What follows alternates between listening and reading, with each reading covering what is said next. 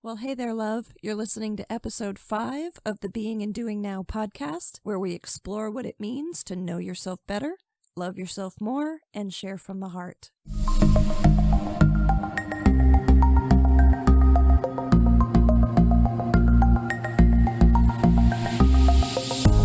So before we jump into today's content, I have 2 very quick housekeeping things to mention, if you will bear with me for just a minute. First, I want to thank you for your patience in the gap that there has been since episode 4. Shortly after I posted episode 4, my little munchkin of a dog, Clifford, passed away.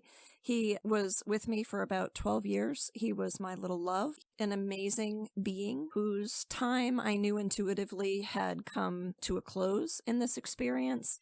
And even knowing that intuitively, you may have had this experience too, that when it does happen, it really hit me harder than I expected it to. And I needed more time to grieve all of that before being ready to fully engage again. So thank you so much for your patience with that. And thank you also, this is the second thing, for your forbearance. At the end of episode 4, I mentioned that this episode would be about the usefulness of pain and anger. And I will get to that topic in a future episode. But what I was really feeling nudged to talk about today is a follow-up to episode 4 and the really fabulous discussion that Susan Cadley and I had about boundaries. So today we will be talking about 5 keys to setting boundaries and cultivating loving relationships. It's both a summary of what we talked about all in one spot and a little bit of a different take in some instances on the whole thing. So here we go. Number 5 is guilt and navigating the feeling of guilt. Now, if as a child you had the experience of being more of an extension of another person rather than being honored and seen and valued as an individual, or if you've experienced that even in your adult life and it kind of threw you out of alignment with what you know to be true about yourself and maybe doubt yourself or doubt your decisions, second guess yourself, that kind of thing. Whatever your experience has been, if you feel any little twinge of guilt about even the idea of setting and maintaining effective interpersonal boundaries, it's okay. It could be due to not having this kind of thing modeled for you effectively and lovingly and in a healthy way. So when you leave your home, do you lock the door? Do you keep it locked while you're gone? And then when you come home, do you lock the door behind you or lock it for the night? If so, you are setting a boundary, right? That just may seem obvious to you. So you are already engaging in a boundary setting exercise when you lock your door. And also, if you are sitting on a bus and someone comes over and sits next to you and gets right in your space or wants to lean over into your space, your probably automatic reaction is to either move over or to kind of move away from someone who is violating the boundary of your personal space. And it might be more instinctive or instinctual or intuitive for you to do that, or you might just do it automatically. By doing that, you are already, again, recognizing that there is a boundary there, and you are taking some kind of action to ensure that that boundary is honored. And if that person continues to get into your space, you may go ahead and say something. And you probably do the same for children you love, your own children, your grandchildren, even if it were a friend's child. You would recognize and enforce, really, boundaries that have to do with that child's safety and well-being. So you can do it for yourself. It's just that when it comes to something that we need for ourselves, it may feel selfish. It may feel self-centered. We may feel guilt about doing that.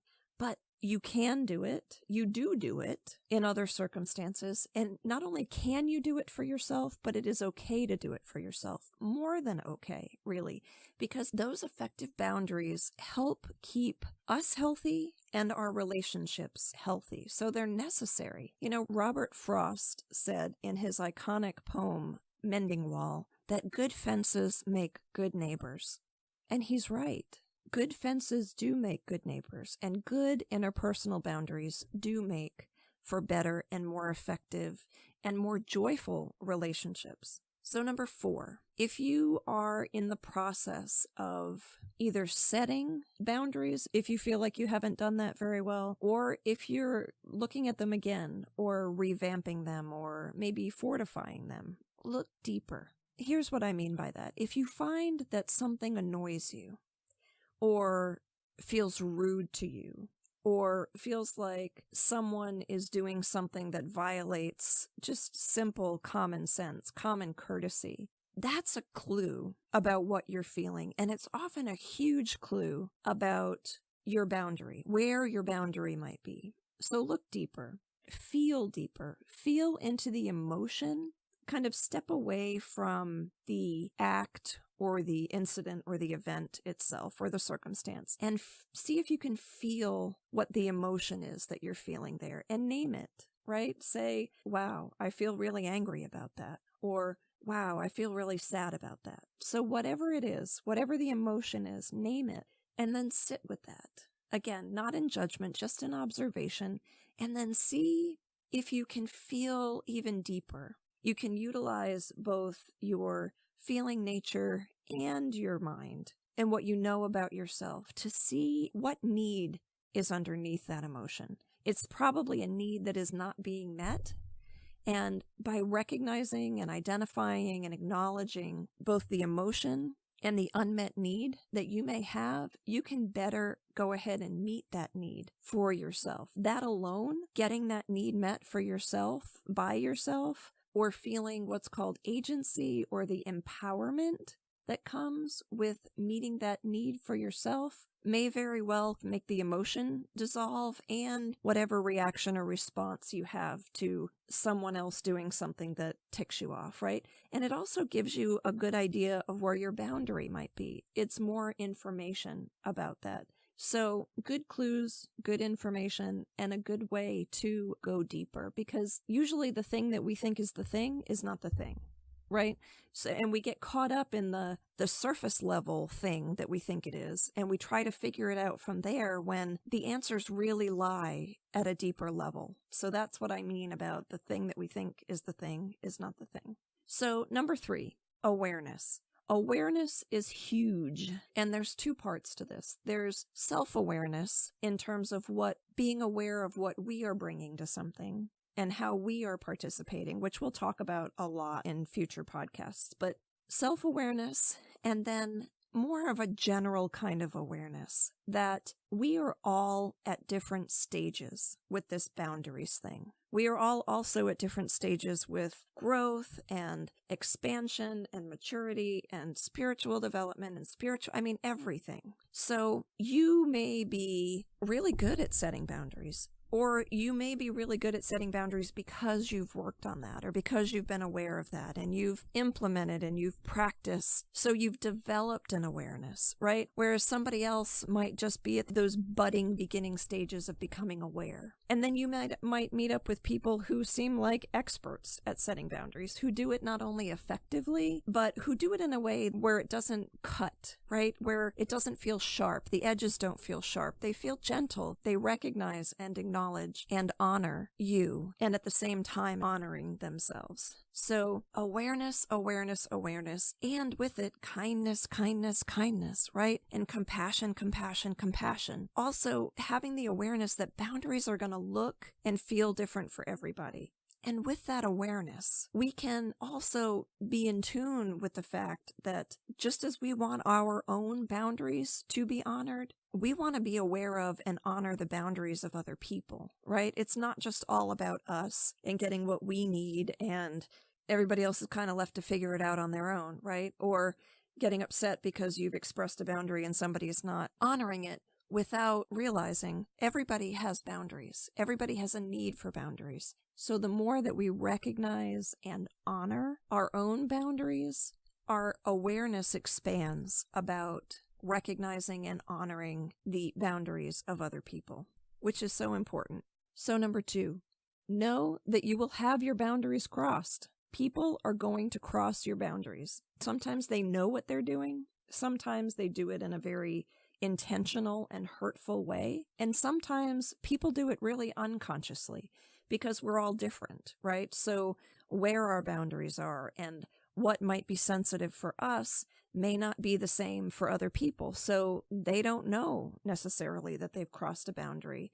Maybe they don't have a very high level of self-awareness, or maybe they haven't taken the time and the energy or set the intention to really know you better and to understand where your sensitive spots are. So we're dealing with all sorts of things, even in our own, as we try to navigate our own path and our own way. When we interact with other people, we meet people in all sorts of different places. So in terms of the boundary crossing, I've had that happen, and it's happened with some people that I'm currently still in relationship with, and some I'm not in relationship with currently. And I have found that there are a couple of things that make a huge difference to me when a boundary gets crossed and whether I choose to continue a relationship or not. One of those things is whether it does feel intentional, and not just once, but more than once, because more than once can become a pattern. And if I feel that I'm in relationship with someone who does not genuinely honor who I am, does not recognize that certain behaviors are hurtful in general with people, or specifically that feel hurtful to me, then I really have to look at that. I have to look at the patterns of things. I do look at my own piece of things. I do attempt to communicate and share how I feel about things or how I felt as a result of certain behavior or whatever, but I know that I can't change that person. And I have to be aware in loving myself of whom I'm choosing to be in relationship with. So that's a huge thing, whether the intention is there to deliberately cross a boundary or to deliberately be hurtful. So after intention, what I look at is when someone has crossed a boundary, but they genuinely did it unintentionally. They didn't realize at the time the impact that it was going to have. They realized after, when I shared, and they could feel how much of an impact it had, kind of unknowingly to begin with. And then after there was a realization. And that is huge, because then if there's an awareness, wow, I really did something that felt hurtful to someone I care about, then you can have a conversation. Then you can communicate. I was able to say, I felt really hurt and I need some time to let that fade away because it feels sharp, it feels hurtful. So giving myself some space, letting the other person know that I needed some space. And in one instance, I didn't cut the relationship off, but I did take time and space for myself, and it probably lasted about 6 months to really let the sharpness of that hurt kind of fade, and really holding that space lovingly for myself and for the other person, and recognizing that it was not done intentionally and communicating about what I felt. All of that helped to preserve a relationship that was really meaningful to me and was otherwise healthy and has continued to be healthy. It's been a beautiful relationship. But when, again, if it happens repeatedly, then you're probably dealing with someone who has some issues that you are not going to be able to resolve interpersonally, or that being in relationship with you is not going to help them resolve. So then you'll have to make a decision about whether or not you want to continue the relationship. So just to wrap up this thought, we have to communicate clearly. We've got to hold the space for ourselves and for other people. We've got to allow for some flexibility, for some mistakes, for some genuinely unintentional boundary crossing, all of that kind of thing. Number 1. So if you take away nothing else from this episode, or this discussion about boundaries, I hope that you will really hear this and remember this. And that is that healthy boundaries actually help bring us together and love each other more. Now, it seems like a paradox, and we talked about paradox back in episode 3, titled Being Genius. So if you want to go back and listen to that, feel free to do so. But in all the discussion of boundaries, and, in episode 4, Susan Cadley and I talked about fences. We talked about a house, which has a door and walls and all of that kind of thing. And I think it can be easy to think of boundaries as things that keep people out. In some ways, that is very true. Susan referred to that in our discussion. She talked about boundaries in terms of who are you letting in and who are you keeping out. And I think what can happen sometimes is that we think about the who are we keeping out piece, and yet we don't necessarily think about the who we're letting in piece. We have more of a vigilance about keeping out than an awareness of the allowing in. It's because if we are paying attention, if we are really paying attention to what others tell us about what is important to them and where their boundaries are, we can understand them better. It's a tool for understanding the people we care about and love better. And then that greater understanding leads us to have greater compassion for that person, for what they're feeling, for what they have been through, for what they are going through. And that, the understanding and the compassion together, lead to a deeper connection and love when we allow it. So in all the talk about, again, house metaphor, walls, fences, boundary lines on property, all of that kind of thing, it's really just concepts to help us understand something that is much deeper than that. And it's by knowing about and understanding our most sensitive places within ourselves and the most sensitive places in the people we care about and love, and even the people we happen to meet on the street, knowing that they're in their own place with their own stuff, just like we are. It's a way to help us better love one another. So this can all help bring us closer together if we can see that and understand what it means to genuinely love and honor one another. So my love, that is all for today. Thank you so much for being here. I so appreciate and value you and your presence. And if you want to feel more joy and freedom in your life, have happy and loving relationships, and help transform the world just by being you, let's get together by phone. We'll spend 45 minutes talking about who you're being and what you're doing now, along with who you want to be and what you want to experience. And you'll come away from that session with a clear strategy to help you get there.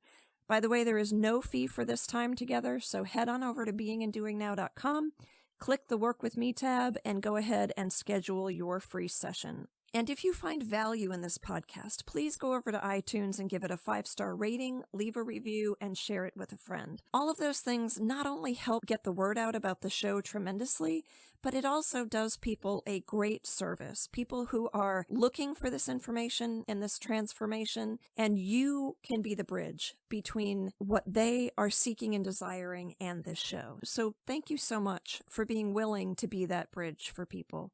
And I look forward to being with you on the next episode. In the meantime, please remember that you make the world a better place by knowing yourself better, loving yourself more, and sharing from the heart. Keep doing you, my love. Ciao for now.